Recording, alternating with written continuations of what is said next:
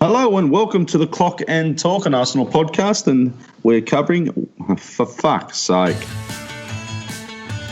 Good job me and Schwinn are a lot more prepared than you, because if we came on and went, oh yeah, we didn't watch the game either, we was on the piss, it'd be a pretty shit podcast. Well, Mesut Ozil is the best number 10 in the Premier League.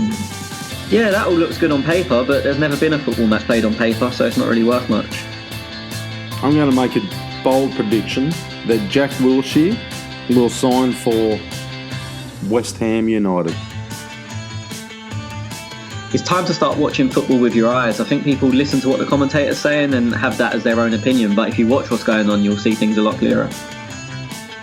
Schwinn, who do you think is going to win the Golden Boot? I think Alexis Sanchez might do a number on that this year.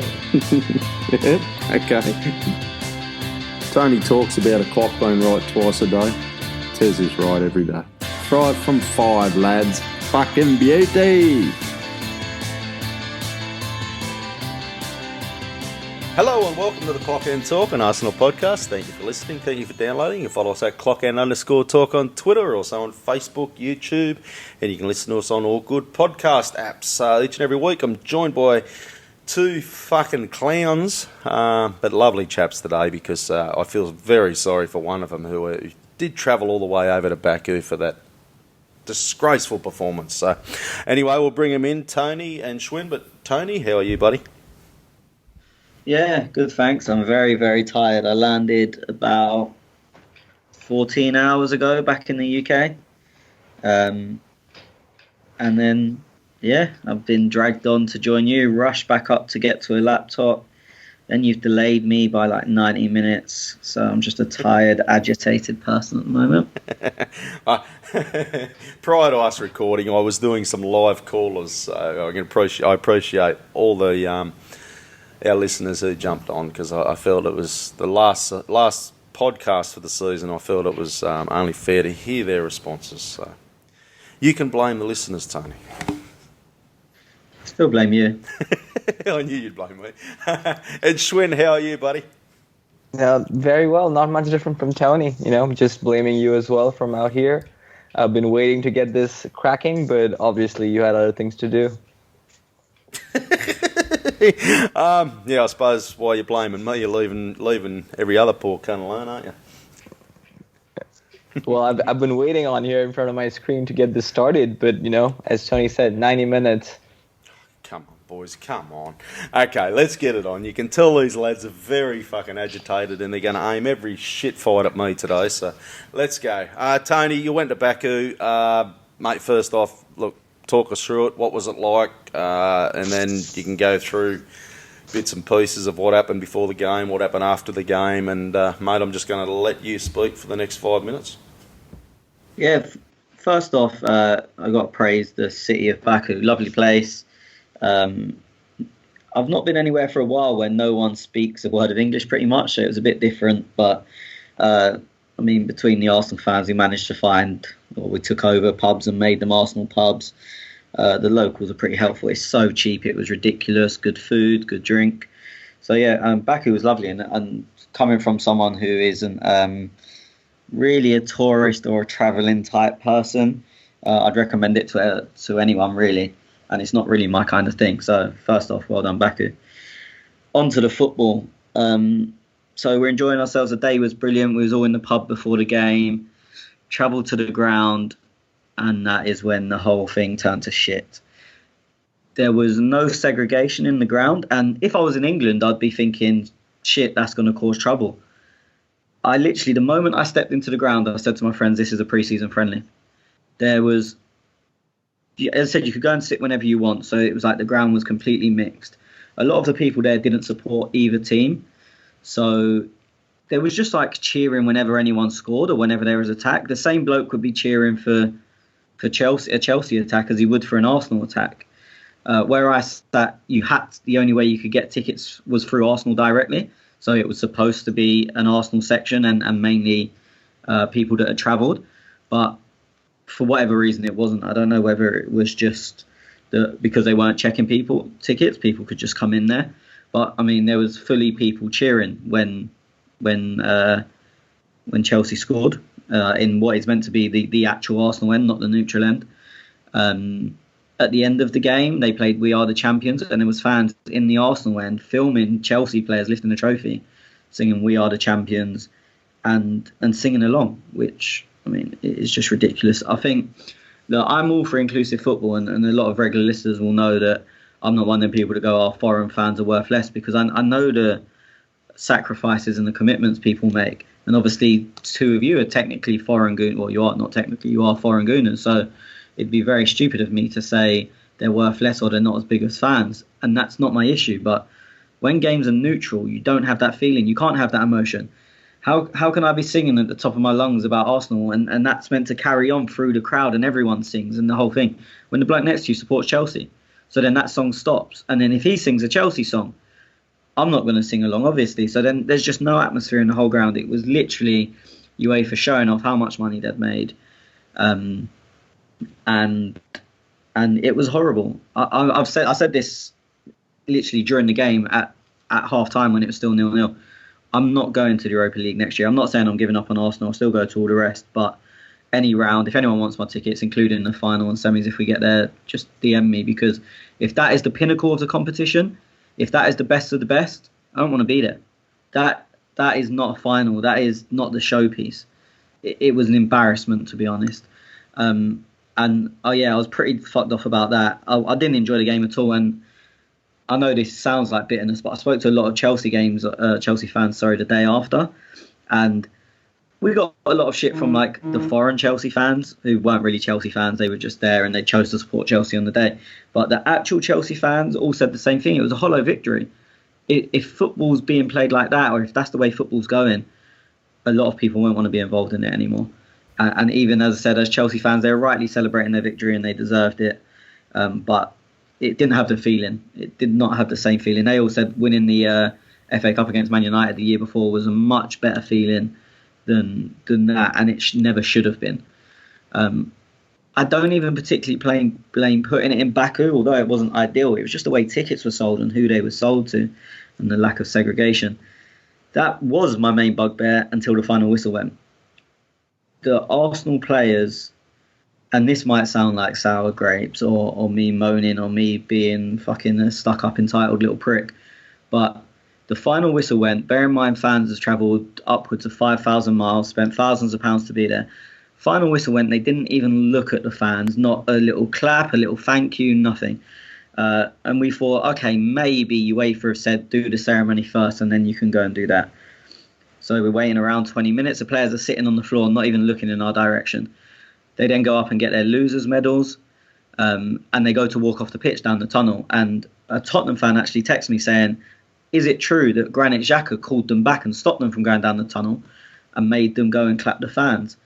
And I said, someone did. I don't know. We saw them walking towards the tunnel and then we saw them come back. So you guys may have seen better. Apparently it was Xhaka. But even then, they came and stood probably 60 yards from the fans, gave it a little token free clap and walked off. To me, it's just plain disrespectful. Like, they want all the adulation when they do well. They love the credit. They come and celebrate with the fans. They stay on the pitch for 5 minutes after they win. I mean, Shrum was at a game against Man United earlier in the season at home, and they were on the pitch for fucking ages celebrating. When they lose, it's like, oh, okay, yeah, we don't really care about you. I've honestly never felt so like worthless as a fan. I feel like they couldn't care less if we were there or not. You start seeing all these social media posts that took 2 days, which was surprising. We was kind of expecting them all instantly. And they say, oh, thank you, we let you down. For me, a bad performance can happen. We've seen it a million times. They let me down more in not appreciating our effort, because damn knows they want our appreciation when they put a bit of effort in, which is literally their job. Look, I'm in a kind of blessed financial position where it's not the end of the world for me to pay the money, but there's people there that they now can't take their families on holiday this year because they've chose that. And the players can treat them with contempt. Like, you feel like you're the idiot for doing it. I was very disappointed. I obviously put the tweet out saying, I find nothing I love about this club anymore. I like about this club anymore. I'll always love them to my bottom of my heart, and I'll still do stupid things, and I'll still travel the length of the country. But there's nothing to actually like. I mean, when we beat Chelsea in that cup final a few years ago, we unveiled a huge banner saying history, tradition, class. None of them were on show on Wednesday. None of them. And what am I connecting with anymore? I would actually love to know, and I said this at the time, what people like, say, Ian Wright and Tony Adams would think with the way the players treated the fans. They had teammates and friends in Rocastle that essentially died for the club. And now these players can't even be bothered to walk over and say thank you for people travelling 5,000 miles and spending a month's wages. For me, it was disgusting. That is sad, very poor. Look, and I really feel for you travelling all that way, and do you know, as I said, if it was just the football, like, it happens. You know what I mean? I've been to plenty worse losses than that, had a bad day, but when you do stuff like that, that's a choice. They could have came closer than 60 yards. They could have stood there for more than 10 seconds. I'm not asking them to refund my money or come and give me a high five, but some appreciation is, to be honest, is the bare minimum I would expect, and we got nothing. No, I agree. Schwinn, have you got anything that you want to ask Tony about that? It's very, very difficult to follow that up, isn't it? I mean, he spoke about all the different three parts of, you know, what has now come to be the major talking points from the game. You know, all the blunder that UEFA have done in terms of organizing this game, the game itself, and then, of course, the aftermath that has ensued. I'm sure we'll get into each and every one of them in detail, so might as well get started. Yeah, so obviously you didn't have a really great experience, Tony. Look, you talked about, you know, your thoughts on it all and tradition and things like that, and it just didn't feel like a finals for you guys. Do you think that they have the system wrong? Like, you know, like you're talking Arsenal v Chelsea should have been played at Wembley, and let's say Frankfurt and Valencia, you know, if they would come in the final, where do you look at playing games like that? I'm not particularly against Baku as a host, but at least some form of segregation. So if you had 3 blocks of Chelsea behind one goal, 3 blocks of Arsenal behind the other, which is how it was actually supposed to be, and they actually enforced the segregation, at least then you've got at least a stable core of atmosphere. And I don't even want to say atmosphere, because it's not as if the neutral fans didn't create atmosphere. They made a load of noise. It was just senseless. But you want, at least when it's a final, you at least want two ends to be partisan. And as an Arsenal fan, and I'm sure Chelsea fans will say the same, you want the bloke next to you to be supporting the same team. You want to all be pushing or pulling in the same direction. Look, you're always going to have neutral fans at these finals, and that's, well, it's not okay, but you've got to accept it. There was a load of sponsors there that couldn't care less. The amount of people we met on nights out, they were like, "Oh, I'm a whoever fan, but we got tickets in the ballot, or my company got free tickets, so we came." So there was people flying over from all over the world just because they had a free ticket and they thought it'd be a good day out. But that's the problem. It was seen as a day out. It was like I don't know, I can't even say a trip to the theatre, because you haven't got one side or the other to support at the theatre. It just didn't work. And I think, as I said, if football goes that way, UEFA have got some real problems. But it would have been the same had it been anywhere with that mix of fans and that mix of segregation. And again, I've got to say, I can't blame the fans, because if you put Real Madrid v Barcelona at Wembley and I get offered a ticket, believe me, I'm going. So I don't blame the fans, but I would expect in that situation to go into a bit that's full of neutral fans, and you still have your hardcore Real Madrid one side and your hardcore Barcelona the other. UEFA have a lot of thinking to do. Look, they've made a shed load of money, but if they think that's acceptable, then the game is in a bad way.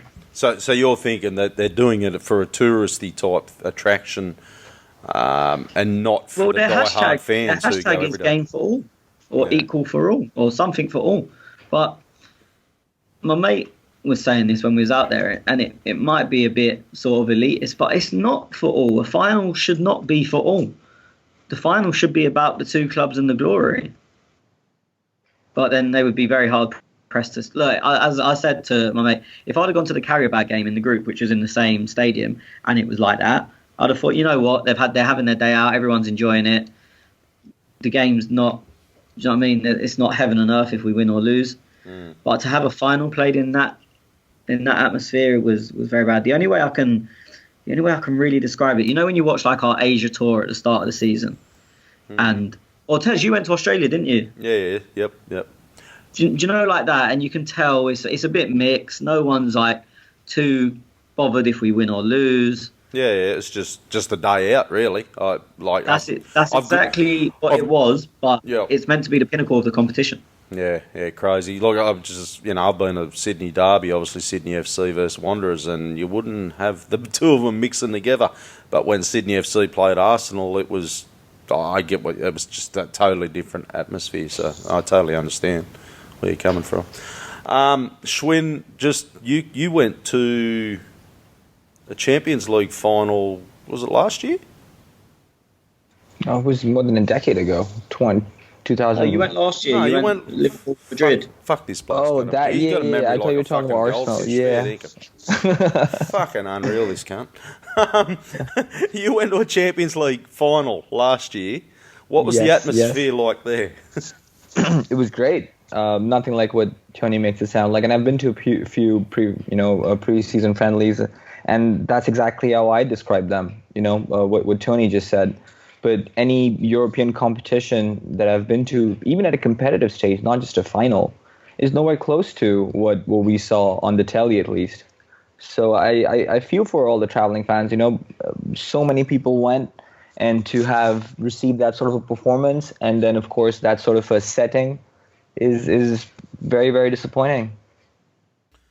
Okay, let's quickly touch. I don't want to hound too much on this game. I'm not even going to go through the game. Obviously, if you haven't watched the game, well, I'm not going to explain it for you. It's tough luck. However, I want to talk about a couple of things, Tony. Now, after the game, I got energy, fitness, sluggish, all of the above from Arsenal. It was almost. I even heard their heart wasn't in it. What was your thoughts on the way Arsenal not so much played, but was their hearts in it?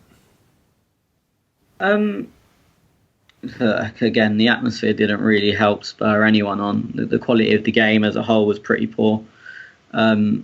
Tactically, I think the lineup, we was all sort of saying our lineups the day before, and it was pretty much what we said, so can't argue with the lineup.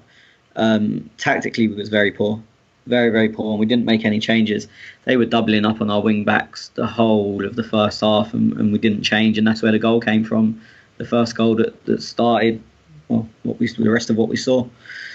Look, the players didn't look brilliant, but I think tactically they weren't helped. We was, as normal, we was trying to get everything to go wide, and then they, as I said, they started doubling up, so our wing backs got pinned back, and I'm assuming we're going to get onto Ozil stuff later, but he was left with an impossible task. And then for some reason, our idea was to then move our most dangerous goal scorer wide.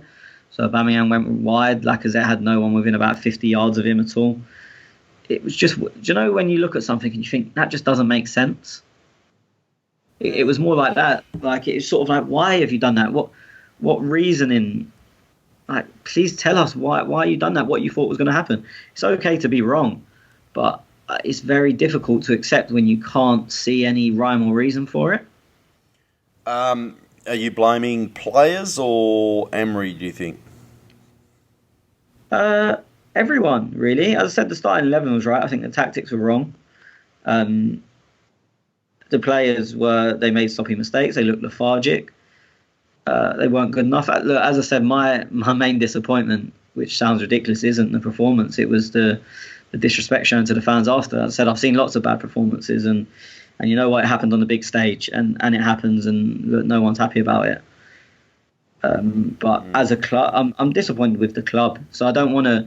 There's another point I was going to get on today. We're going to get people saying, well, we've had people on Twitter say, Ozil this, Aubameyang that, Lacazette this, he's shit, they're shit, blah, blah, blah. But I'm just disappointed in the club as a whole, to be honest. Okay. Schwinn, as a spectator, you were watching it on TV. I personally didn't know. I was like you, but watching it on TV, I didn't get that feeling that Tony got. But obviously, we weren't at the game because it didn't come across on the TV at all. But the performance, like as I said, for me, it definitely shown on the TV that our hearts weren't in it, and obviously fitness and just a number of things. I suppose. Did you get that vibe? Yeah, I mean, you could tell by the tempo of the game about how it was, scrappy. It never really got going. I mean, the first 10 minutes we looked a bit lethargic, as you said, and Chelsea tried to threaten. But then, from then onwards till the end of the first half, I think we were pretty comfortable. Didn't really quite create anything, but enjoyed, the possession. Chelsea were a bit rattled whenever they got the ball, but comfortable in defense. And all in all, didn't really do anything about it. And you could see by by the weight of the passes how much movement or lack of, in this case, there was off the ball. And that whole preseason friendly argument really does show when you even watch the game. And I think those games sort of hurt us when we have to be the protagonists under Emery. We used to thrive under those games under Arsene, but nowadays it's a bit hit or miss in that regard. And I completely agree with Tony in terms of the technicality. I think we weren't set up correctly. I was hoping we would start with the 4-3-1-2, keep it narrow, keep it compact, add initial body in midfield, maybe start Guendouzi in that role, of course, in the absence of Aaron Ramsey. But I think Emery was a bit reactive in this game in that regard. I think we've beaten Chelsea before, and you should look to that game as a template for how we did it. And considering how little Sarri really changes his tactics, you have the better side of the bet there. I'm not quite sure why he didn't go with that proven formula and suddenly decided to go with something that has worked for him in the past, but against a very different profile of an opponent.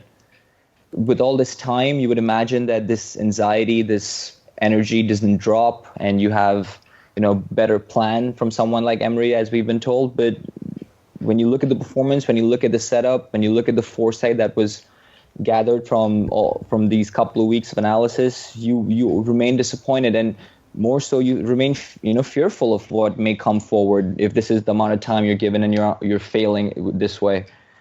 So there's a lot of problems here. And look, this result the other way changes this conversation completely. But I think somewhere deep down, I'm glad we're having this conversation because there's a lot of issues that surround this club. And this is the best way for everyone in the club to think about these issues. Just one point I didn't make. He didn't pin Jorginho, which is fucking lunacy. Like, I dare say every game Chelsea have lost this season, someone's pinned Jorginho. Well, like, just stop them playing. A couple of times he did, but you've got the wrong bloke doing it. Like, just. No, but not even that. I think I don't know what it was. When you've got two strikers who are high up, which is how we started, and then you're expecting all width from your wing backs who are naturally going to start a bit deeper, the area Ozil had to work in, and I am not trying to defend him because he did not have a good game, but in terms of square meters he had to work in, it was fucking huge. Like, he was essentially given 3 people's jobs, and he done none of them. He done no people's jobs. Mm-hmm. But you can't expect him to be your creative force as a 10, drag wide and while he's waiting for the fullbacks to push up and overlap him, pick the ball up deep because we have no creativity there, and then also pin Jorginho when we don't have the ball. It's someone's job. That is an out-and-out job to pin Jorginho, and it's usually the 10 because they're going to be in similar areas. So when we lose the ball, they're going to be not near Jorginho, and that would be fine if Ozil had just played as a 10. But having to do all this other extra stuff and drag out wide and whatnot, no one would be able to do that. And again, I'll reiterate, I am not defending Ozil because he was not good. Mm-hmm. This is hard. So, look, on a hard, tough game, let's wrap this game up because nobody wants to hear us dribbling on with this fucking shit for half an hour. Did you have a best player, Schwinn? Not really, no. It's not even one of those occasions when, I'm just distraught because of the result and because of the occasion.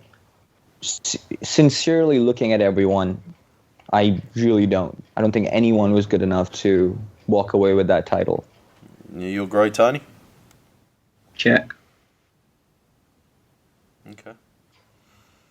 Check. Oh, look. Yeah, I don't know.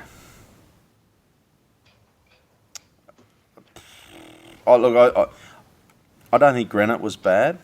as a lot of people are saying. I thought he was pretty. He wasn't. You can't deny the loss on him. I thought Aubameyang and Lacazette were pretty poor, to be honest. There was lots of poor players. It's fair. I'm with Schwinn. I really can't think of one.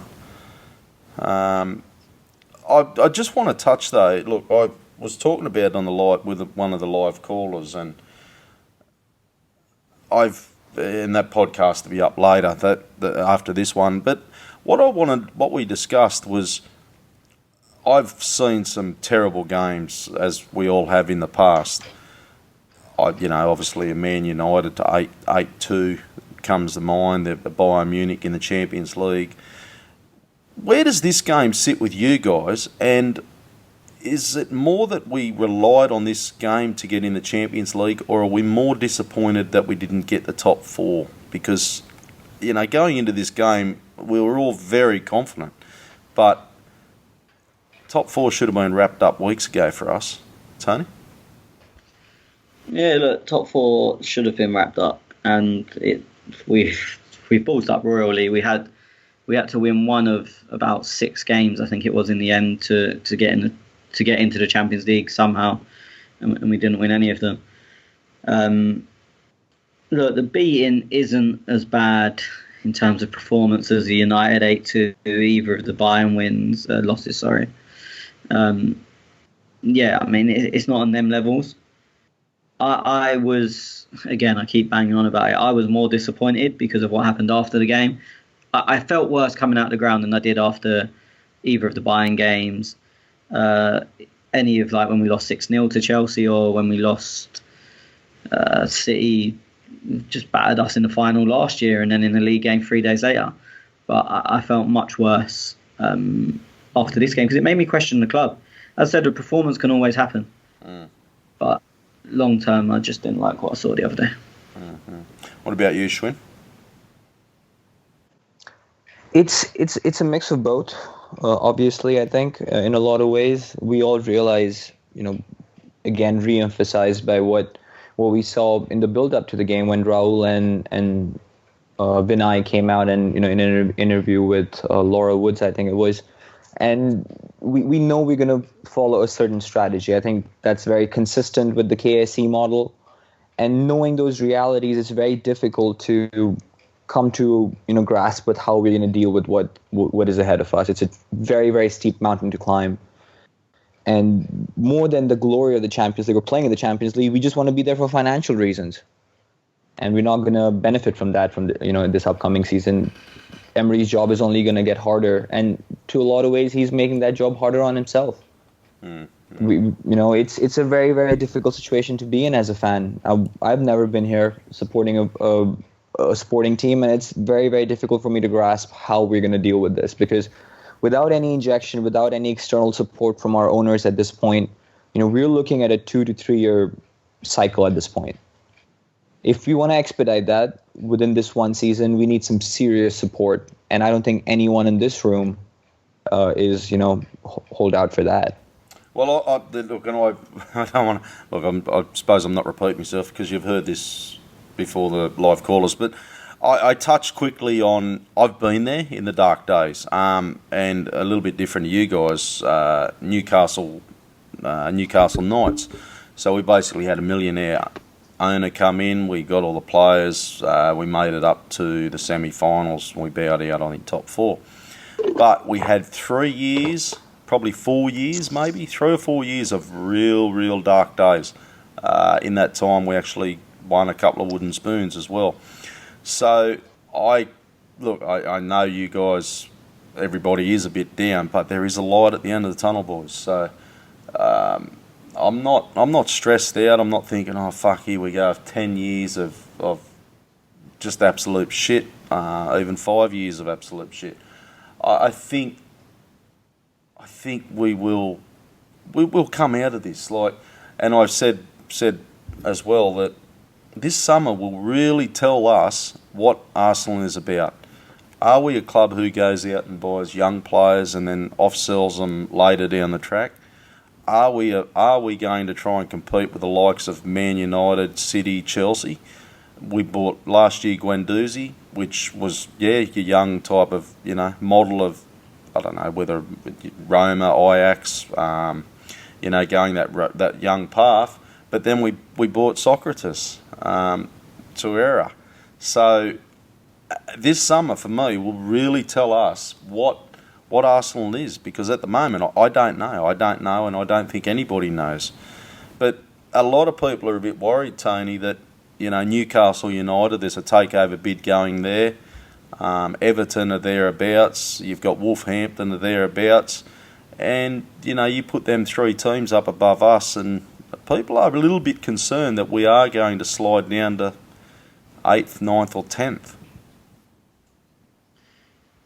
Look, we shouldn't. This team is this season. It should have been good enough to finish the top four, and barring maybe a few little bits of luck and some terrible decisions and a bit of ego from the manager, to be honest, we would have been there. So we shouldn't be slipping down to 7th, 8th, 9th. I'm not saying it can't happen, but we shouldn't. But look, for me, I'm going to get hammered for this. I would get rid of Emery. I mean, I've never really been fully on board anyway. And this give him time thing, what use is time? What if we do slip that? Everyone says, I'm fearing we're going to come 7th, 8th, 9th. And then we go, well, you've got to do something to change that. But when you suggest, maybe we should change the manager, you get treated like you're fucking Hitler. Like, what do you want to do? I'd give him one more season. I'm happy to give him one more.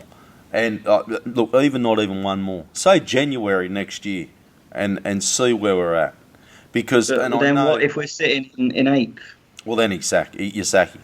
Yeah, but how hard's that to come back from? It's very hard, very hard. But I feel you've got to give him one. Look, I'm not saying this season was a great season, but we all agree we could have got top four, and we went to a Europa League final.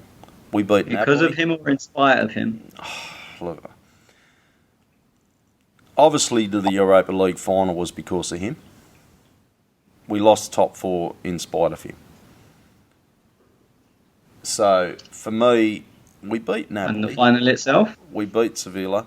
The final itself, my biggest bug is we relied on the final itself. So, that is my biggest... I'm more disappointed that we lost the top four. So in saying that, I should be saying, let's get Emery out. But we were so close. I just want to point out, I'm not, and I've never been with any manager, I'm never like a full-blown, I'm not going to start taking banners and start chanting Emery out. I will still support Arsenal for 90 minutes. I don't want him to be our manager. I can't see any progression. I can't see how we get anywhere. I think he has done some good this season, but when you look at overall results, he has been the reason for a lot of the negative things. Two things that I haven't, well, obviously a couple of things that I haven't liked about Emery is we missed the top four, and we have to blame Emery for that. I'm sorry, but you have to. The other one is, whose fucking idea was it to sign Denis Suarez? And if that's the summer we're going to have, I'm on board with you, Tony. But I need to just see that little bit more. Everybody's praising Allegri because, he's left Juventus. Everybody's going, sign Allegri, sign. I could be wrong. I'm not going to say I am right, but I don't think Allegri is the manager to take us forward. And people just see what he done at Juventus. He had a team this season that should have went to a Champions League final, and here he is out of a job. So I don't think an Allegri manager is the manager to come to Arsenal. Schwinn, give us your thoughts on all that.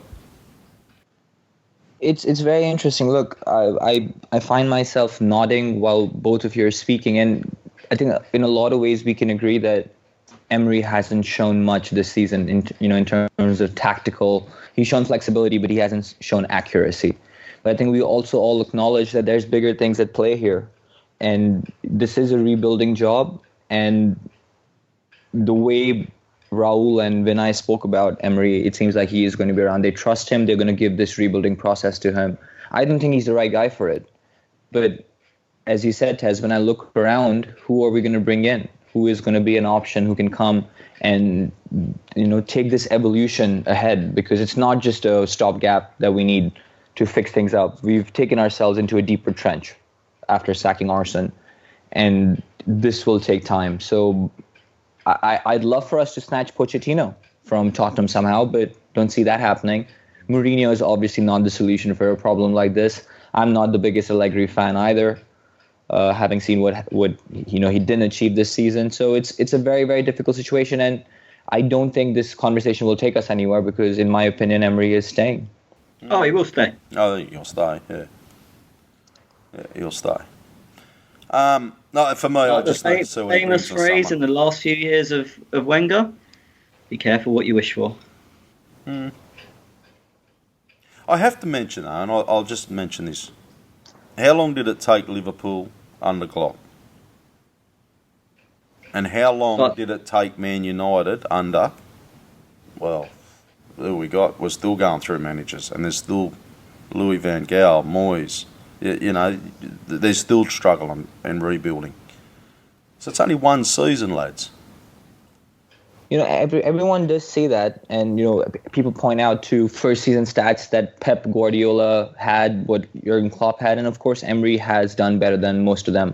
I think I'd imagine towards the end of the season, but Liverpool is run very differently. They have their split when it comes to expenditure is pretty half and half when you look at what they generate from operations and from what FSG gives them. We are 100% operations. So that's what I'm talking about when it comes to the support. How much additional resources is he given in a time of peril? I mean, this is it. This one season will define whether we fall into the lower category, which was your worry, Tez, or do we continue fighting in the top six? I don't think Liverpool is the right demarcation for a club to compare us with. Klopp also came in October, and he also put in a style of play where you could see where they were going. Yeah, it's the comparison that everyone uses, but it's complete nonsense. No, I do agree with that. That's something that we've all said this season is we still have absolutely no idea what Emery's doing. And I don't buy into this when you look at... well, actually, I will. I'll ask the question. There's people who talk about, this isn't Emery's team, it's still Wenger's team.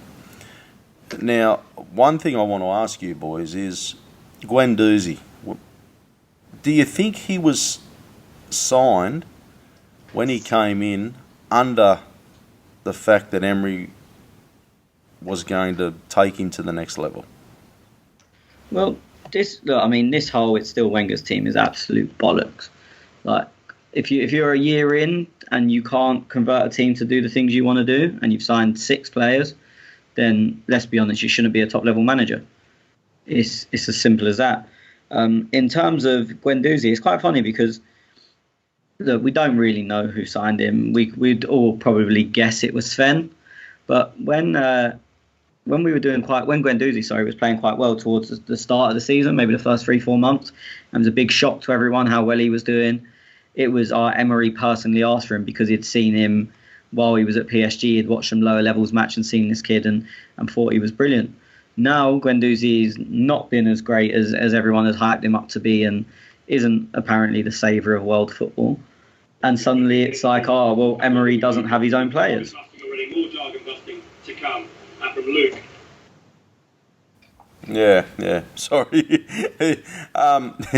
No, look, and that's the biggest thing is I wonder, who signed Guendouzi and was he under an Emery to mould and make better, because if that's what we're going forward, well, hey, it mightn't be too bad, but if it wasn't there for Emery to mould, well, I think we have a bit of a problem.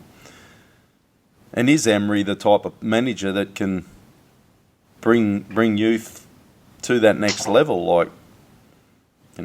There's an argument to say Iwobi's probably played his best season for Arsenal this year. So is Emery that youth manager that brings them up?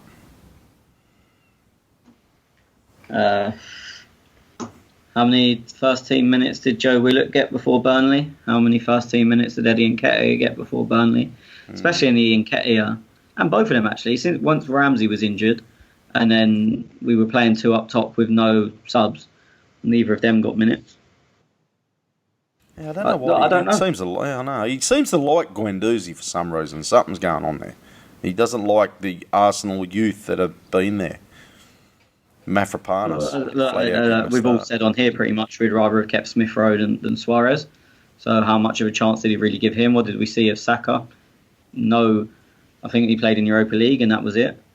So, is he the guy to make these players better? Maybe. So far, has he looked like the guy that's going to give them a chance? Not really. Unless he's picking them. If he picked Guendouzi. No, but I'm saying, sorry, I mean like the youth players. So did he give Willock a chance? Not really until the last end of the season. Did he give Eddie a chance? Not really. Did he give Smith Rowe a chance only in the Europa League where obviously you can walk through the group stages? Did he give Saka a chance? Not really. I mean, what's that tall kid that played the left-footed centre-back that played in Europa League? Zach Medley. Zach Medley. Did he give him a chance? No. And look, maybe these guys aren't good enough. But if your case is that is he going to give them a chance? Well, first of all, they have to be good enough. And if they are already good enough, he's not giving them a chance. If they're not good enough, then everyone keeps wanking about how good our youth policy is. We're in serious trouble. So one of them is wrong. Either our youth policy isn't that good, or Emery doesn't give your manager a chance, doesn't give the young players a chance. At the moment, we seem to have fans that believe both of that believe he gives them a chance and that they're excellent players, but we've not seen that. So, I mean, look, I think Willock is Ramsey's replacement. I can't see us signing anyone. And look, hopefully he can flourish. And let's be honest, he looked very good when he came on Wednesday. He played very well against Burnley. So now's your chance, sink or swim. But if we're going to go down that youth route, he needs to give more of them a chance. We need to see more Smith Rowe. But I mean, it looks like Smith Rowe is going to go out on loan again for another year. Okay. Nelson's going to come back. We'll see how that goes. Eddie, fuck knows. Like we just don't know, and we haven't seen it. So all these people saying, "Oh yeah, he loves giving them chances. He always trusts the youth." Not so far. Mm-hmm. Well, it'll be interesting to see when Nelson comes back, won't it? And does he stay or does he go back out on loan? Because that'll soon tell us. And then if we actually or if he stays in his fourth choice. Yeah. Well, that's it too. Yeah, exactly. Schwinn, you got anything to add on that before I get into some questions, mate? Yeah, just quickly. I mean, I think it's very dangerous. You know, the more we explore the different elements that make a good head coach or a manager, whatever you want to call them, you know, it evokes a lot of fear in me. Again, I bring you guys back to that interview that Raul and Vinay did, and they spoke about this organization chart. And the 3 big elements of that was the technical director, the academy, and the head coach. And it seems like all these 3 things, which directly feed into the ethos of the club and the nervous system of the club, they're all fucked. And at this point in the club's age and the club's stature, I think it's very, very difficult to find effective solutions.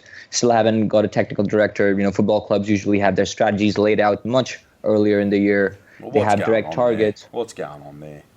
Yeah, it's so strange. It seems like Edu is on the verge, but we're just not getting it over the line, and that's how we sort of, lost our last target.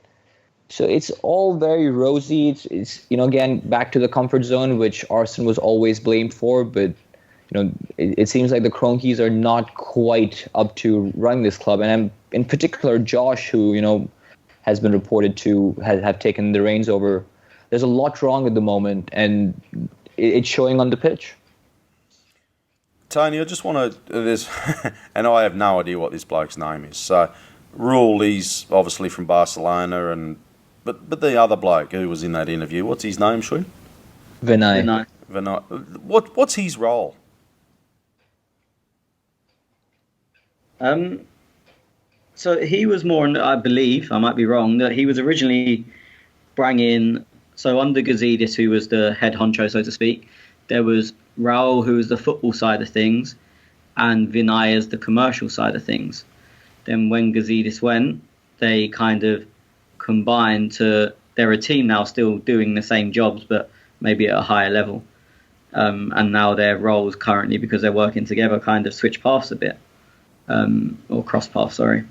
I could be wrong, but I believe that was what was initially the plan, and they seem to have fallen into this role of kind of doing a bit of both, because they're two people doing the job that was previously taken by one.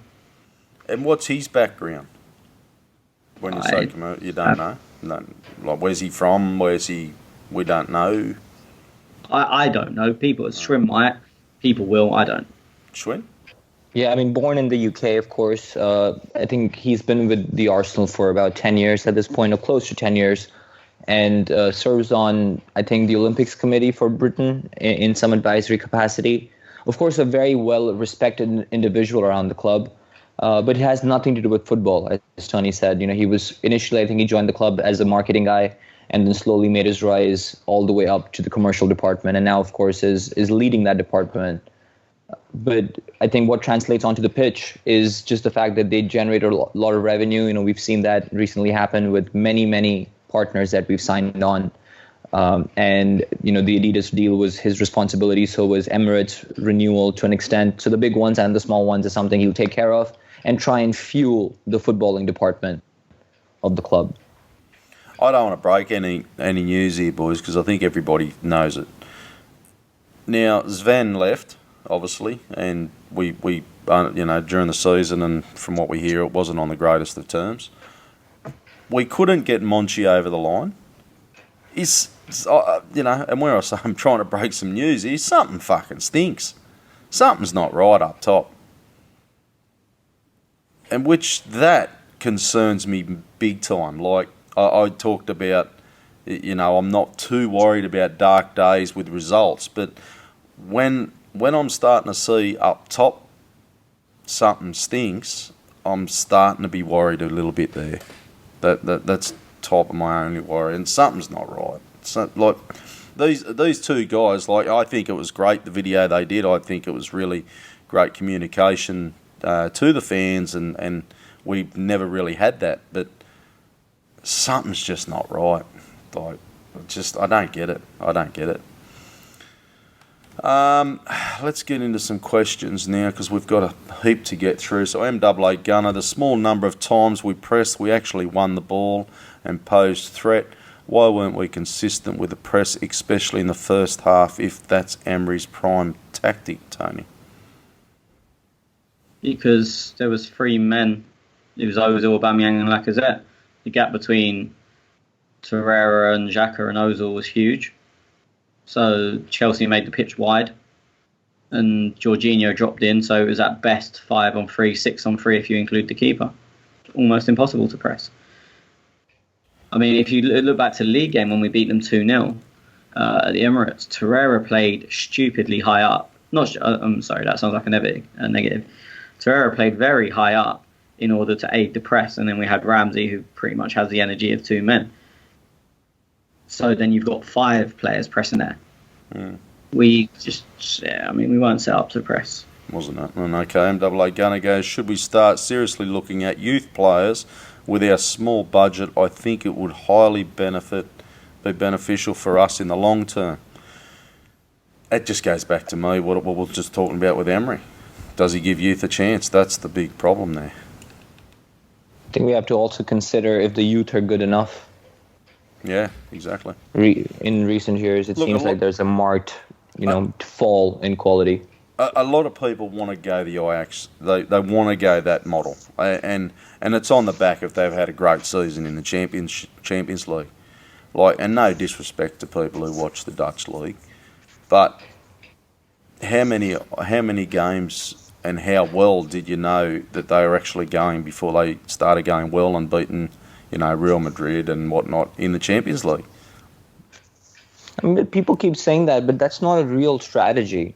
To buy cheap, young, and then sell expensive when they're a bit in their prime or approaching their prime that's just good business. That's not a secret strategy. That's right, good business. Yeah. Worked well for Dortmund. Roma's type of going down that model, but they've sacked the manager, so it didn't really work for them this season. Frankfurt had a pretty good season, but I don't know if there are many youth players there, is there? A few. Few, yeah. So like you say, it's good business, and that's, you know, yeah, I don't know. He's changed his name again. Okay, it's Marble Hall TV. I'm struggling to see what Granite offers our side as a register. How are we getting the best out of him? Are we better served with a Pogba, Kieta, Sissoko type player who can provide more energy and attacking drive, Tony? It's funny that when he was on here, he brought this up, and I disagreed with it.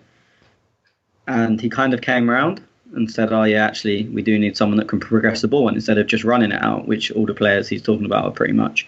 I mean, not including Pogba, but you're looking at a once world record transfer fee there. But now when we've lost another game, it comes up again. Funny that.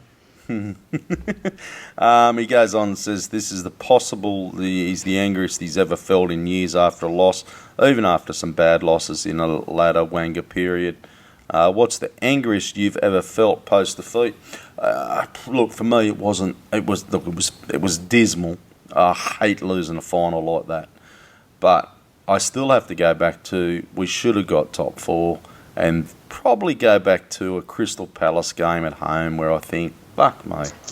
Angriest I felt, though, I was pretty filthy at the Bayern Munich losses in the Champions League.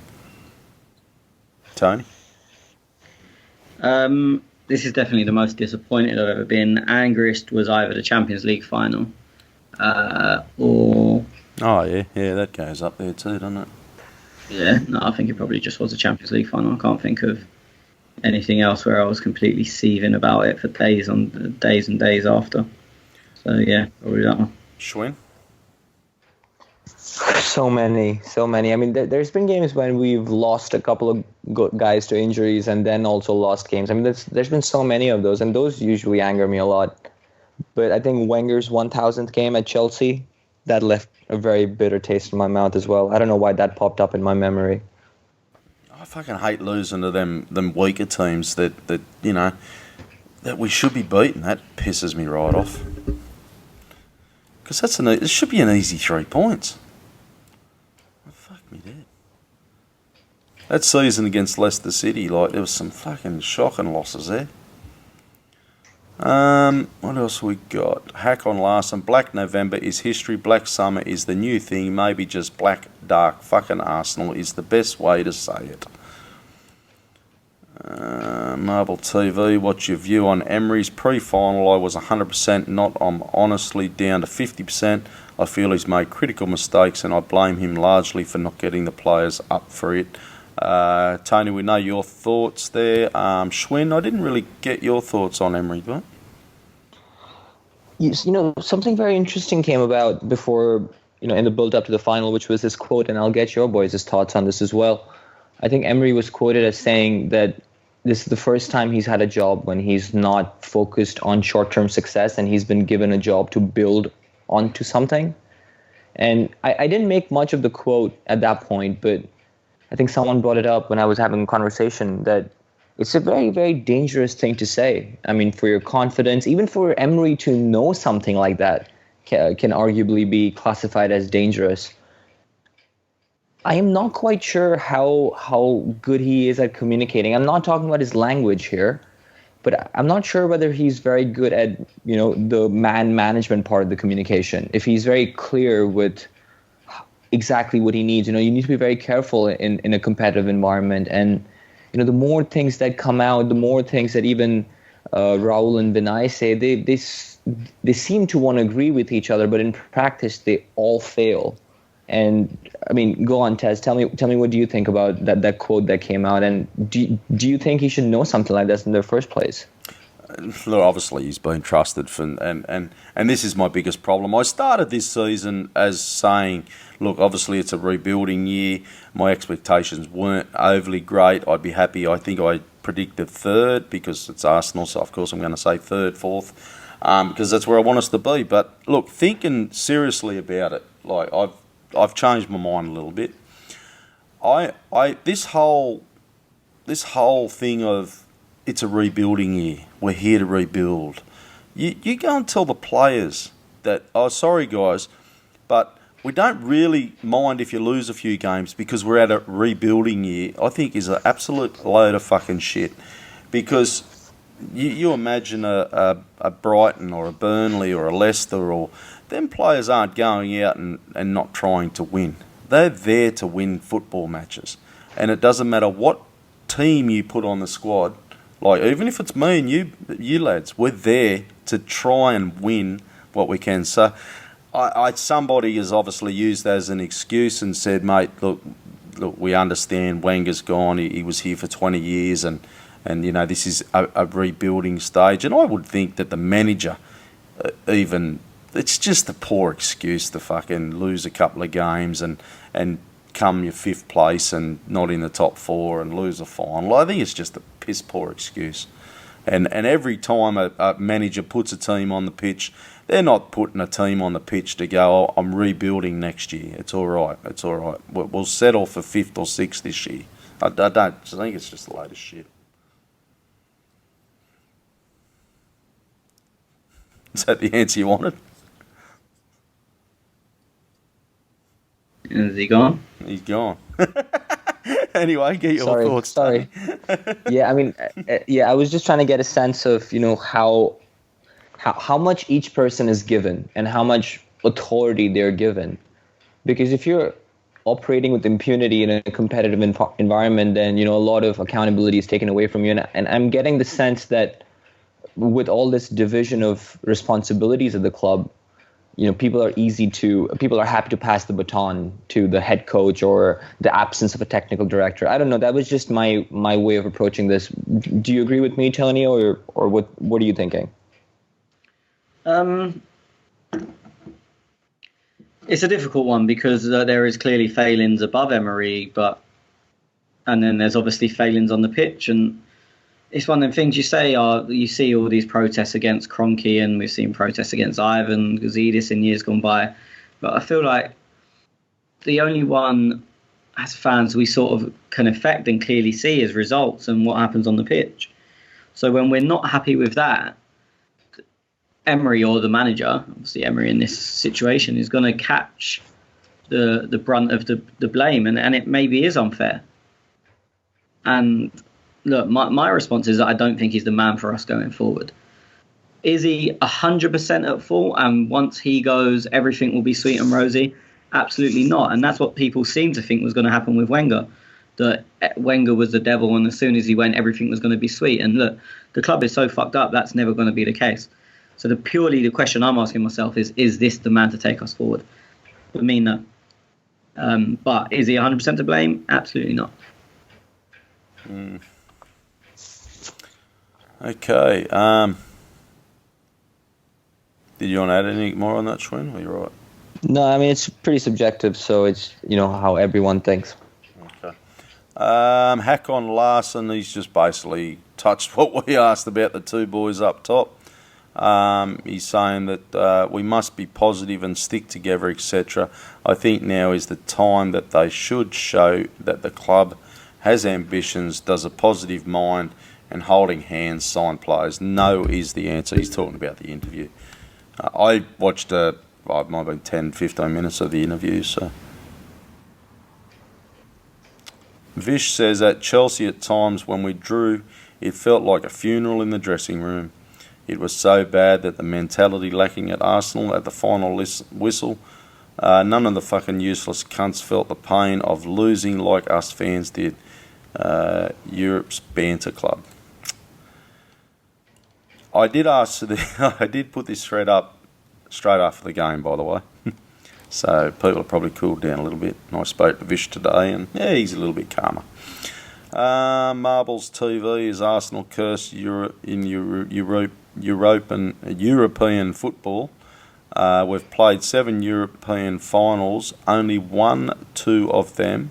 I can't be the only one tired of this black mark on us. Is there a reason why European record is inferior to those other big world clubs? Anyone want to comment? That was good. You're not good. Look, I know people are going to talk about stats and stuff, and like, yeah, okay, we're not real good in European football, but it's the team on the day. Like, I don't think it's nothing to do with the nervous of the European finals and stuff. Like, it's just not good enough on the day for me. Siddhartha says, how can a manager come out and say this before the final? I can bottle top 4 and the Europa League, but my job is safe. Do we need to put up with more cutbacks next season? Schwinn? I'm not quite sure what he's talking about there on both those questions. Did he say something like that his job is secure even if he loses the Europa League? I think it's more going on the point you made earlier that he's there for a project and he's not there for him. It doesn't matter if he gets immediate success. Yeah, I mean that as discussed then has already been addressed. But what about cutbacks? Is he talking about financial cutbacks, or is he actually talking about Kolasinac's cutbacks? I don't know. I'm not quite sure. I don't know. Vish says, given we sorely missed Ramsey in the midfield and Ozil as usual used up all his creative talent playing Fortnite. For fuck's sake. In a fantasy world, would you give Chelsea 60 or 70 million plus Ozil for Kante?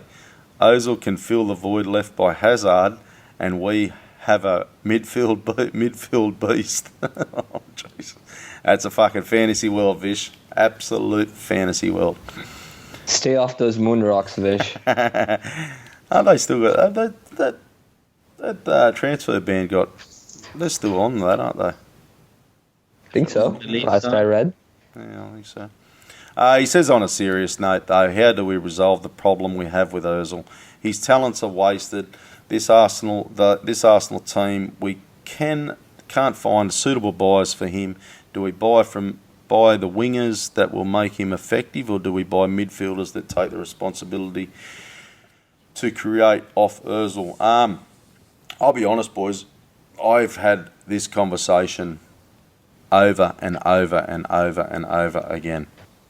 I've flip-flopped around the subject, and I've come up with, and I'll get your opinions as well, I've come up, look, we have to keep Ozil. And I know that's probably going to be a bit of shock to Schwinn and go, fuck me. But I just don't think we're going to be able to get rid of him. I don't think somebody's going to buy wages. People have suggested, Arsenal are going to pay him £200 a week to play against us. I can't see that. That's just stupid. I think we look at a Zaha to start with, a winger to try and bring the best back into Ozil. Give us your thoughts, Tony. Look, one of two things has to happen, and one of them is going to seem ridiculous. You either have to build the team around him, because the way we're playing at the moment doesn't suit him, and it's never going to suit him. And if you're not going to build the team around him, get rid of him. Because there's no point having a player. Look, you can argue about his talent or the level of effort he puts in or whatever discussion you want. But if you've got any player and the team just completely isn't set, like doesn't match with their style, they're going to struggle. I always used to say, like, if Messi went to Stoke and replaced Peter Crouch, but they carried on playing long balls, we'd all say he's terrible. I'm not comparing Ozil to Messi. But I think if we carry on playing the way we are, in the sort of any of the systems Emery's used this season, then Ozil's got to go. But how do you get rid of him? To be honest, at this stage, it doesn't fucking matter, because even if I know what you mean, paying someone, say, $200,000 a week to not play for you is ridiculous, but that's still a saving of $150,000 a week, as stupid as it sounds. So, as I said, if you're not, isn't it? Huh? That's what they do a lot in baseball. I know next to nothing about it. But as I said, it's still a saving of $150,000 a week if that is the way it has to go. But if you are to keep him, and then you don't base a team around him, then we're going to get everything we deserve, which is absolutely fuck all. And then we're going to continue moaning about him week after week, and he's still going to have the odd good game because he's a very talented man. But in general, when you're in a system that don't suit you, if Messi went to Stoke, he would still have good games. He would not be the Lionel Messi we know and see at Barcelona. And I think, again, without him being the same level as Messi, we're in a very similar situation with Ozil. I don't think Emery's going to base a system around him. So for me, I would get rid of him. I think there could be a lot of miles in basing a team around him and playing it to his strength, because I also believe it would suit Aubameyang. If you have two genuine wide players with pace and Aubameyang in front of him and Ozil at 10, I think that probably suits Aubameyang best and suits Ozil best. But I don't see Emery doing that. So if he doesn't do that, which I don't think he would, that leads to me thinking you've got to get rid of him. Before I go to you, Schwinn, I just look quickly, Tony, because I said Zaha and you can say Fraser or any wingers that you want. And people are going to say, oh, yeah, but we only have 45 million and you want to spend all the money on wingers. The question I want to know, though, is, look, that's what I want to do. I think I spoke to you guys about it earlier. Was Mustafi meant to play as many games as he did to start with? Like, we all know Mustafi has his brain fart moments. It was, look, one of them things. Holding got injured. We got Socrates. Bellerin got injured. And I suppose you got Monreal and Kolasinac. So I know our backline's weak, but are we up? Look, for me, I spend all the money on a winger. But then does that leave our defence as bad as what it really is? Because was Mustafi meant to play that many games? I suppose that's the question I'm asking. And keeping in mind, Mafropanos is there as well. And Chambers is coming back. I think he was. I mean, obviously you bring it up earlier, but I don't think Holding was meant to play as much as he did. And Koscielny was probably thought Ozil is never going to come back. Oh, so yeah, Koscielny's another one. I think Mustafi probably played a lot less than they imagined he would do at the start of the season. Okay. So you still your preferred position would be a centre back? There's so many. It's just painful to go through. We need at least one centre back. We need a full back, a left back. I mean, we've been heavily linked with Meunier from PSG, which I don't really see the need for. As I said, I think Willock will be Ramsey's replacement. I'd argue we need two wingers. I don't believe the 45 million story for a start, so I don't think we're only going to sign one player in one position. So you're kind of asking me a question that I don't believe will happen, so I'm not thought about how to answer it. It's like asking me what I do with my lottery winnings. I don't play the lottery, so yeah, no, nothing. I get that. No, that's fine. Schwinn, I'll roll with you, mate. Back to the Ozil for a minute. Look, for me, he's got to go. It pains me to say this, but Emery is going to stick around, right? He is here to stay. And as long as that's the case, we're not going to get the best out of Mesut Ozil. And I'm not taking shots at Emery here. It's just a marriage of convenience that's lasted this season, and we've all seen how it's gone. So there's no point really lingering this relationship because it's not helping anybody. But I mean, as spoken about exhaustively, there's so many logistical issues that come up then that are going to throw a lot of spanners into the works. And at the end of the day, the decision rests with him. So if he doesn't like a move, even a small thing about it, however inconsequential it may be, we got to live with that decision. So there's really not much I can say other than that on that. Okay, Vish goes on. He says, Arsenal Vision podcast summed it up perfectly. Chelsea denied us space on the wings, thus forcing Ozil to be our focal point to break them down. He failed miserably, whilst their talisman Hazard proved he was more talent and big game temperament on the left side, on the left testicle of than Ozil. Okay. I don't listen to the podcast, and I've been away anyway, but I completely disagree with their assessment. I don't know how in-depth they went into it, if they've actually backed it up and it is correct, but from what I saw at the game, it was the fullback, the wing-backs were pushed back, so it wasn't like they denied us space. Our wing-backs were pushed back, so Ozil was covering left, centre and right, and then because he couldn't do that, Aubameyang then went wide, and then we had most of our joy from Aubameyang being there. he was not getting in, but he was causing them a few troubles and zipped the ball across. And I mean, Hazard is a better player than Ozil. It's not. I don't even think that's a debate. So on that side of things, I wouldn't put temperament into it.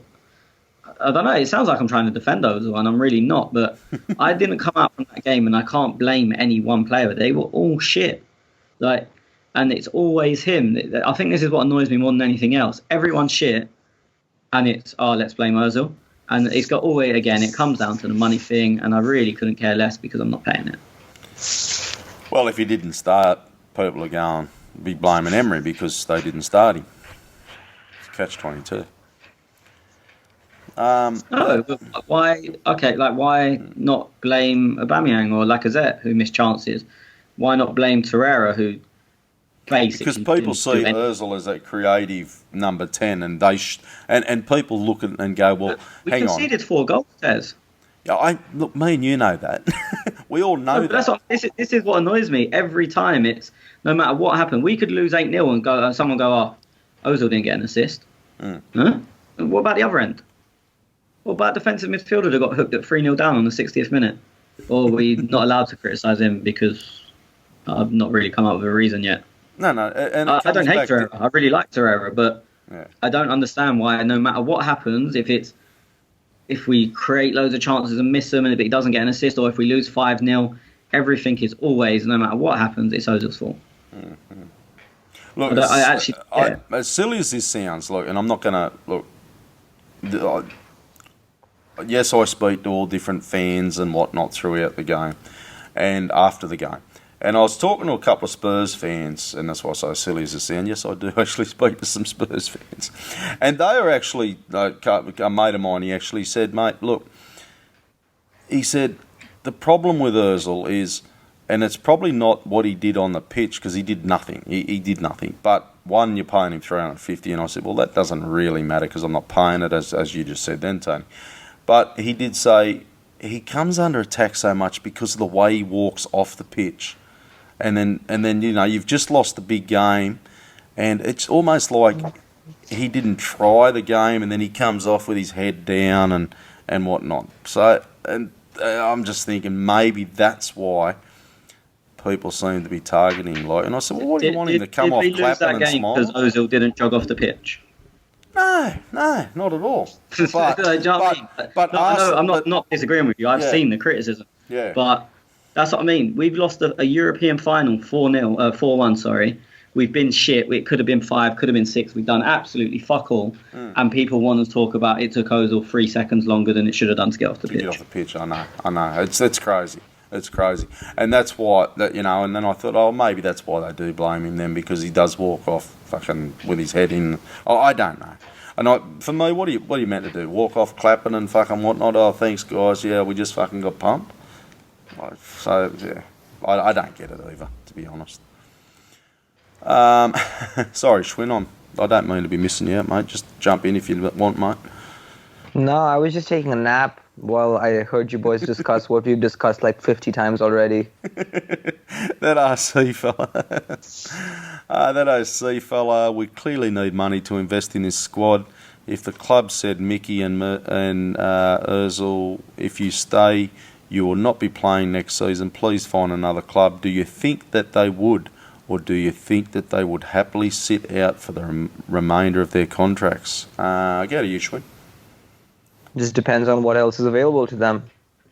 That simple. Neither of them would take a pay cut, I would imagine. They're at this time in their careers where their next contract is going to be smaller than their current one. So put yourself in their shoes and think of it. If you have 6 years left of earning as a footballer, why would you take a pay cut when you can still earn, your max contract that you're on right now for another 2 years? It'd be silly of you, and it'd be silly of them. Mm-hmm. Hakon Larsen, we did mention the player link from PSG. Tony, you did say you thought it was a bit silly, didn't you? You couldn't see it or something, what the go was? No, I don't know if it's true. I think there's positions where we are more in need. Okay. Did I get your thoughts, Schwinn? Did you say any? No, similar. I mean, we have a right back in Hector Bellerin unless we're preparing to offload him, which is going to be tough as it is because of his recovery and his injury. I'm not quite sure why we'd be in the market for someone like Meunier. So somebody said he plays in the mids as well. So I don't know much of him. So he's played wing back quite a bit as well. I'm not quite sure about a midfield role, but he's played wing back quite a bit and on both sides. I think for Belgium on quite a few occasions he's served as a left wing back, but I don't know if he's played in midfield. Okay. Hakon Larsson, I feel his transfer window will fuck us even more. Paper over cracks, signed players on our B list. We're drowning as a club. Rules say players want to come. Of course they will, but maybe not the players of quality we need. But what do you guys think, Tony? I'd imagine this is very reactionary. I don't know. I can't see a brilliant window coming up because I think we're in need in so many positions. So I think they can either plug one or two gaps sufficiently, or plug loads of gaps with stopgap measures that may or may not work. Is it the death of the club? I highly doubt it, and I sincerely hope not. But who knows? And I suppose if you'd have asked me this at the final whistle on Wednesday, then I probably would have said about the same thing. So I'm not going to disagree too much. Okay. MAA Gunner, praise be with Salah or hail Hendo, our saviour.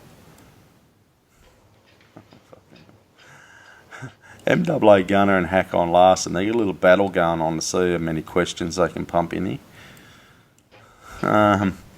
If Spurs don't win Champions League, do you think they can keep this up?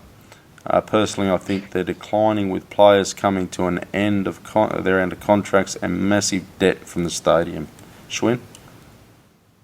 I'm really not interested in talking about Spurs. They play a final in about 4 hours in a competition that we're not even good enough to get into. Might just want to hold a trash talk before the final whistle, Yep, I'm hearing you. Thoughts on making Lacazette a bomber 10 would save us money in the summer, Tony? I don't know if he could do it. We spoke about this before. I don't know if he could do it. It is an idea, and it's something that I wouldn't mind seeing them try. But is he capable? Does he have the passing range? And something a lot of people disagree with. I don't know if he has the passing range. I also don't know if he has the work rate. And don't get me wrong, he works very hard, but he works very hard in a confined role. When the area of the pitch a 10 plays in is a lot bigger than the area of a pitch Lacazette tends to play in. I know he pops up every now and then on the edge of our box, nicking the ball from the other team and whatnot. But when that's seen as your job rather than a benefit, I don't know if he has the engineer. As I said, I'd like to see it tried, but I have a couple of reservations. Well, the two I've just said. Okay, MAA Gunner says, do you know if we're close to signing any players, or are we seriously looking at? Not a clue. No, okay. Hakon Larsson, I'll stick with you again, Tony, because it's we earned £1.5 billion off TV money, according to PL. How much of it will be able to spend on transfers? Well, look, by all accounts, we're not going to see this season's accounts because the club is now on 100% ownership. But prior to this season, which is all we can really judge on, we've still had huge TV revenues, and Kroenke hasn't taken a penny out of the club, apart from a $3 million advisory fee back in a couple of years ago. So, I mean, more of a question is, what are the club's operating costs? What's the wage bill? How much does it cost to run the Emirates, to steward the Emirates, to police the Emirates, to put the players up in hotels at away games, to fly them to away games? All these minor things we don't think about. Because we're self-sufficient, you'd imagine what we have to spend is what we earn minus what we give out, and then there'll be some left in reserve. You don't have any business. If my business makes £1,000, I then don't go and spend all £1,000. You leave some for a rainy day or for an emergency situation. The same with anyone's household. You don't spend every penny you've got in case your car breaks down or your washing machine breaks or whatever.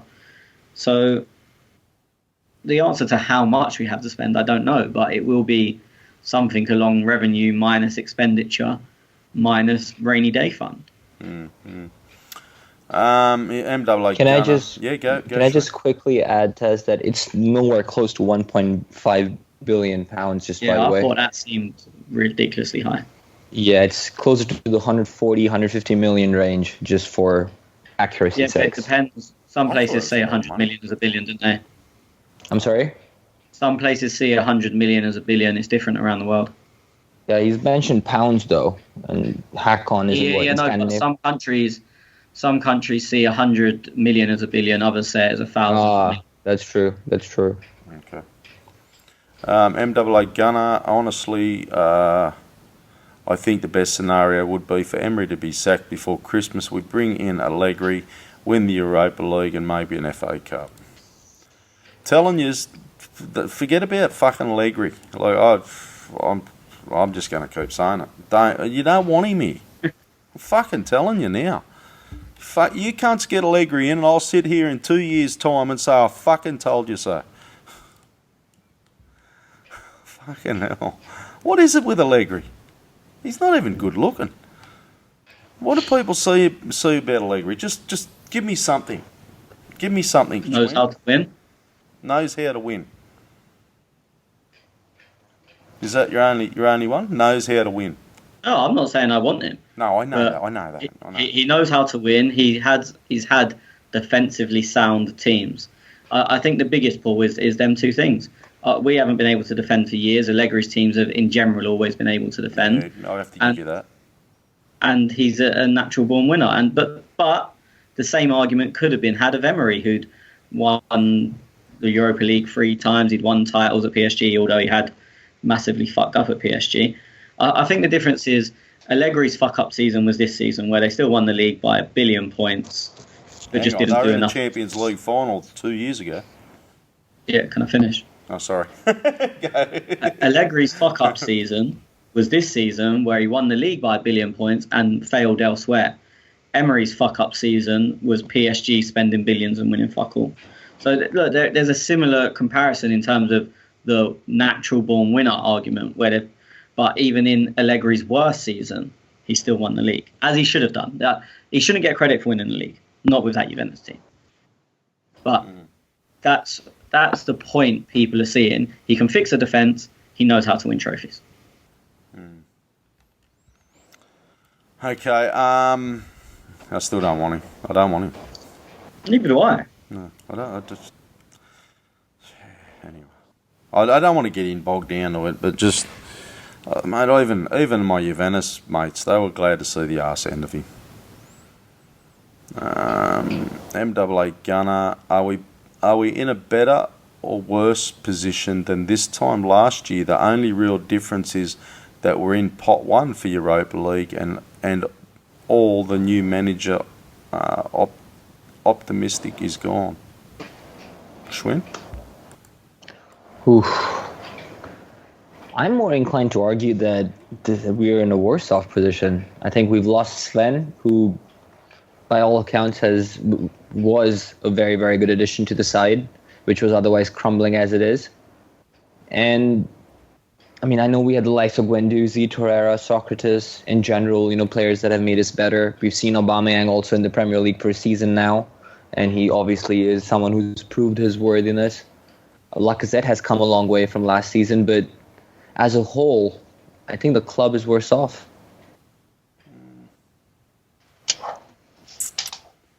I'm thinking.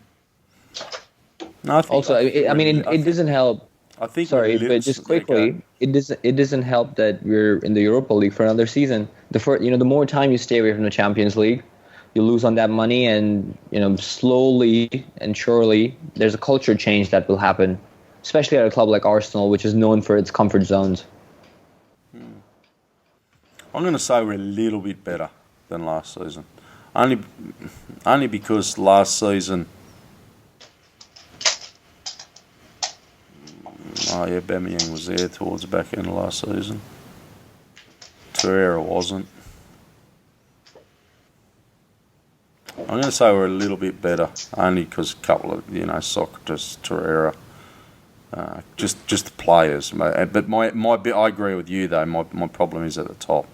I don't know if we're better up top than we were. Hakon Larsen, at least Puma fucked off.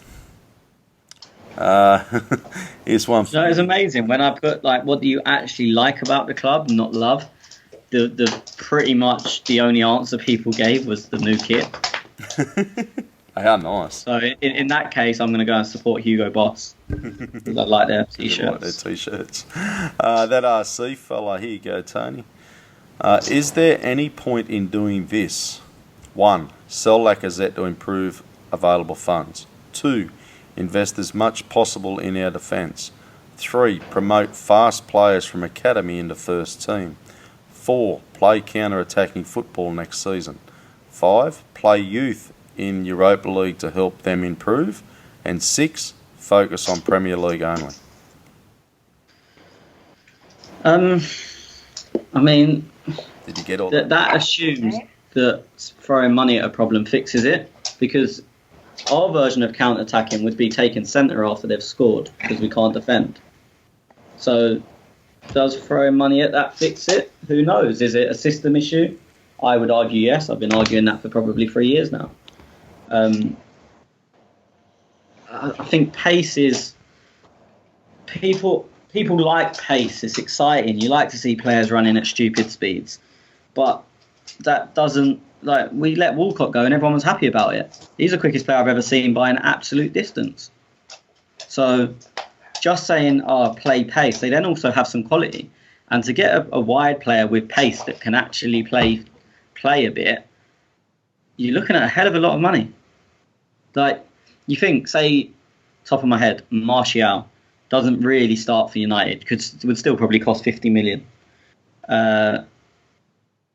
Just any, name someone who you think... Memphis Depay. Huh? Memphis Depay. It'd be 50 million. I know. That's something, and he doesn't really play wide anymore. No, actually, you told me that. That shocked me. You can't really name... Well, I can't think of anyone with pace and quality. I mean, look Zaha, at Ryan Sessegnon. Bang average, had a great year in the Championship, done absolutely fuck all in the Premier League. 18 years old, they're talking about 40 million. He's done nothing because he's got pace and they think he might develop quality. But he's also not the quickest of the quick and he definitely hasn't got the top draw quality yet. So I don't think it's just a saying of get pace. You have to get pace and quality and then your budget's gone on that. That's why you're looking at 30 million for a Fraser who's got a year left on his contract, or a 60 to 100 million, depending on what report you believe, for a Zaha. Them players are few and far between, and they're very fucking expensive. Focus on Premier League only next season? I say the same as I did this season. I think he got the balance wrong, but I think you get to March and reassess. We're going to say the same again next season. Yeah, look, I mean, I think, and I remember saying at the time, he played too strong a team in the groups because you don't need to. I think Aubameyang and Lacazette both played or at least travelled to their fair share of games. I remember moaning that players went to Poltava when we was already through and didn't play, but they travelled. I mean, Ramsey scored in that game, played, I think, 90 or at least started, which is fucking criminal. Socrates and scored in against Karabag. There's no need for these players to go. I don't think he's going to change it next season because... No, neither do I. He's going to go, we got to the final. What are you talking about? I'm just thinking, if he was listening to this podcast, he'd be going, what are you talking about? I got to the final. How you going, Emery? Yeah, look, I mean, I just think the group stage, you're pretty much going to get through with whoever plays. Anyone from the reserve, I don't know how to say it, the second string players. So this season, your Lichtsteiners, your Welbecks, your Guendouzi's, them players, and then your mix of your young players, your Smith Rowes, your Willocks, your whoever's, your second choice keeper, or maybe your third choice keeper. They should be playing in Europa League group stages. Aubameyang, Lacazette, Torreira, the ones you see as your Xhaka, the ones you see as your starting, they're going to start in the league. They shouldn't be anywhere near traveling, especially traveling at home. You could maybe argue that it's good match practice. I mean, I wouldn't, but there's maybe an argument there. But travelling to fucking Baku and Poltava and wherever the fuck else we went, No, it's just, for me, it's mindless. Yeah, very silly. Where am I up to? MAA Gunner, do you think Emery had any real intention at least try and make a comeback? I'm sorry, but if he was, he wouldn't have taken Ozil off for William, despite how shit he was. Also, we had Welbeck and Eddie on the bench who were actual strikers, Schwinn. Look, it's very tough to argue with Emery's decision for taking Mez off. I mean, with hindsight, it's even harder to criticize it because Willock came on and looked bright, and I think had a couple of decent chances at least. But at the end of the day, you want to keep your main players on because when you need a glimpse in a moment, then they're the ones who are going to find it for you. But I guess Willock sort of proves that theory wrong. As for Welbeck and Nketiah, I'm not quite sure if Welbeck is match fit. I know the team played 2 games behind closed doors in the build-up to the game, but I don't know how much that really does for someone who's been away for months. Eddie, yes, I think there's a good enough argument, but 4-1 down with even 20 minutes to go. I'm not quite sure what anyone could have done. Nah, that's right. Yeah. What are you going to do? Hakon Larson says this loss cost us a few new players, didn't it? I think obviously a lot of people have been talking about it, Tony. Champions League money, we were going to go for these players, but now Europa League, we're going for these players. Do you think that that has a big effect on it? Look, I think most players could probably still be tempted, as United have shown in the last few years and Chelsea have shown in previous years. I think players can still be tempted without Champions League football. I just think that what you have to pay them players maybe goes up a bit. And if you also then have the money, because obviously the Champions League comes with a lumpy prize fund, which you now don't have. So say, for example, I'm just putting a name out there. Say Zaha was going to cost 70 million and he was happy to come. And it all could have been done. If we had Champions League football, we bring in the money, you can do it. I think 9 times out of 10, Zaha would still be happy to come for 70 million, even though we're in the Europa League. But do we have to, because we haven't got as much money anymore, can we afford to go and throw 70 million at a player? If you can, which is what United done, all well and good. I don't really think there's many players that being in the Champions League makes a whole world of difference to them. Especially when you're looking at, the names that people are talking about are your Nicolas Pepes, who coming to England will be so beyond life-changing for him in terms of finances, in terms of the stadium he's playing in front, how his worldwide profile will grow, that he won't turn around and go, but they're not in the Champions League. And I think the same with Zaha. I think the same with the vast majority of people. The one exception may be Samuel Umtiti, even though I think he would still do it. It's a bit different because he's at arguably the best team in the world. He's a World Cup winner. His profile probably doesn't need to grow that much. But I still think he would do it because if he's going to be Barcelona's third choice, his profile would be bigger here, which keeps him in the French team, which keeps him in a World Cup winning side. And they'll obviously be looking strongly at the Euros next season. I don't think in general there's too many players. I mean, look, instead of Juventus, had Lazio tried to sign Cristiano Ronaldo and they weren't in the Champions League, not a chance in hell would he have gone. Yeah, but in general, I don't think it matters. Hakon Larson, he says the stats DNA, Tez, it's kind of the way we have to sign players based on numbers. Well, really? How much has that fucked us over and kind of cost us? I feel it has cost us crucial over the years. I can really El Neni was one. Who else? Lucas Perez, and I think Mustafi was one as well. Was Mustafi one, or was he just the desperate bid buy at the time? I think Mustafi was. Because I think Arsene wanted Manolas and was overruled by Gazidis on Mustafi because of Stats DNA. And I think that pretty much answers this question that whenever there was there were two players being considered for a particular position, at least back in the day when Arsene and Gazidis was still around. Whoever swung the vote was based on their stats DNA model and everything that data profile compiled.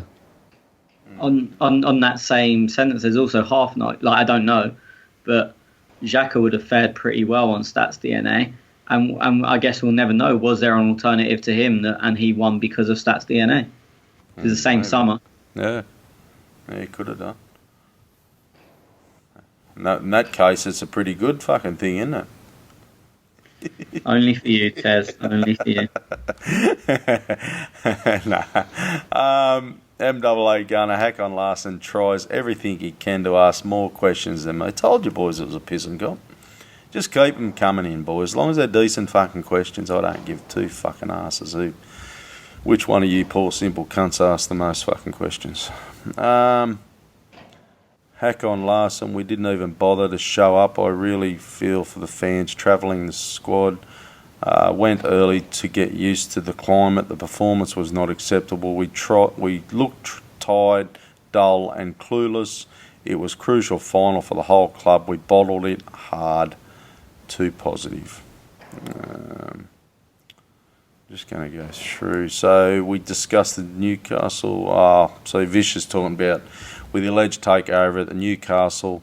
Are we in danger of becoming a mid-table team? That's where I must have seen that from. Oh, he did talk about it when I was discussing the call with him. This club drastically, we will be lost in the wilderness like Spurs and Liverpool were. I don't hope not. MAA Gunner, I refuse to watch this B-grade tournament next season. It's Champions League or nothing. It ruins your league form and ends up with playing Champions League dropouts and in a country you've never heard of, and Gunnosaurus not being able to travel because dinosaurs are banned. Fucking hell. Our front three was worth 150 million, and our rest of the players ended up being Iwobi, Willock, Aubameyang, Ozil. Will be heavily criticised, but why does Lacazette get a pass? Just because he won a foul, it automatically means he showed heart and desire. Is he our best player? Go to you, Schwinn. He dances when he celebrates. Yeah, I was going to say, I think Tony should take this one. He loves Lacazette.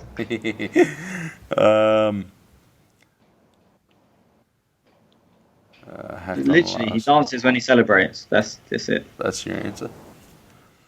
I actually had problems sleeping after the loss. The club means too much and I can't distance myself. It fucking hurts. Live callers, please. Sandeep, yep, we've done that. Just a couple here from Gunner J.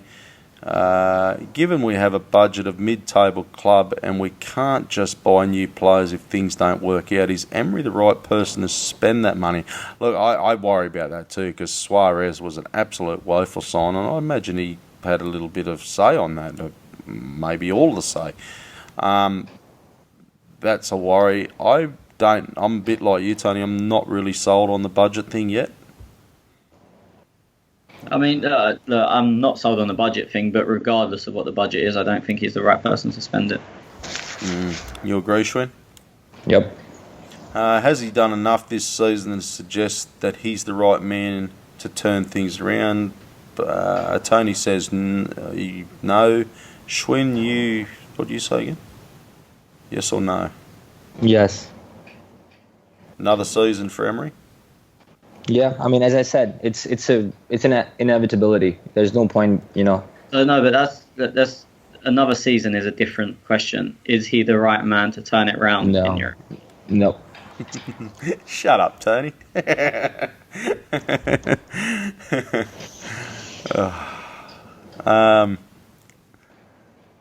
And I don't think he should be allowed to hide behind the players aren't good enough. He was hired as a head coach who's meant to be working with what's given to him. Yeah, we all agree with that, mate. Ironically, it now looks like he doesn't know what team identity is. We've said that 1,000 times, because he doesn't have the right players. What are the targets set for him at the start of the season? Top 4, Europa, improving the team, improving the defence. I don't think he's achieved any. What do you reckon, Tony, what's his targets for next season? Asking to keep his job. I can see you rocking up at the Emirates next season with a banner. Never. Never, ever. But his targets for me this season will get back into the top 4. If not, and I remember saying this, if he doesn't get back into Champions League, build solid foundations. Somehow he came closer to the first one than the second one. The second one was the fullback. He was like, oh, here's your sort of safety net. Mm. Somehow he's clung on and then fell through the safety net. What do you reckon, Schwinn? Hello, Schwinn. He's gone. Packed up his shit and fucked off. Okay, we got 2 more questions to go.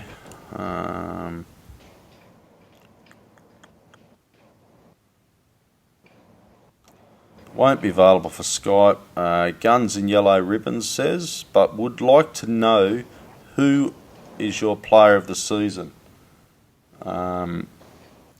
Tony, I mean, you've both gone Aubameyang, but Schwinn, you there? Yep. Sorry, dropped out. No, you're right. Player of the season, Guns and Yellow Ribbons. Who was yours? Oh, Aubameyang. Aubameyang. We've all gone Aubameyang, yeah. Yep. Can't argue with someone who's just won the Golden Boot. He doesn't dance. What other Arsenal, Guns and Yellow Ribbons also asked, what other Arsenal podcasts do the panel listen to? He says, I listen to Arsenal Vision, Arse Blog and Arse Brothers Rant. Yeah, I listen to all of them. Tony, you listen to all of them? Everyone. That's all I do, just listen to podcasts. Tony doesn't listen to podcasts. He's What do you mean? I listen to them all every week. It's an episode. Schwinn, what do you listen to? I mean, apart from those, I listen to the Arsenal India podcast and the Bruised Banana. So if you guys have more space in the libraries, then feel free to give those a try. Okay, this wasn't about you fucking talking up your Arsenal Indian podcast either. It's not mine. Yeah, no, I like Darren. Yeah, Darren's good. So I listen to the Arsenal India podcast. I listen a little bit to Max at Arse Brothers. A bit full on, Max. A bit full on, brother.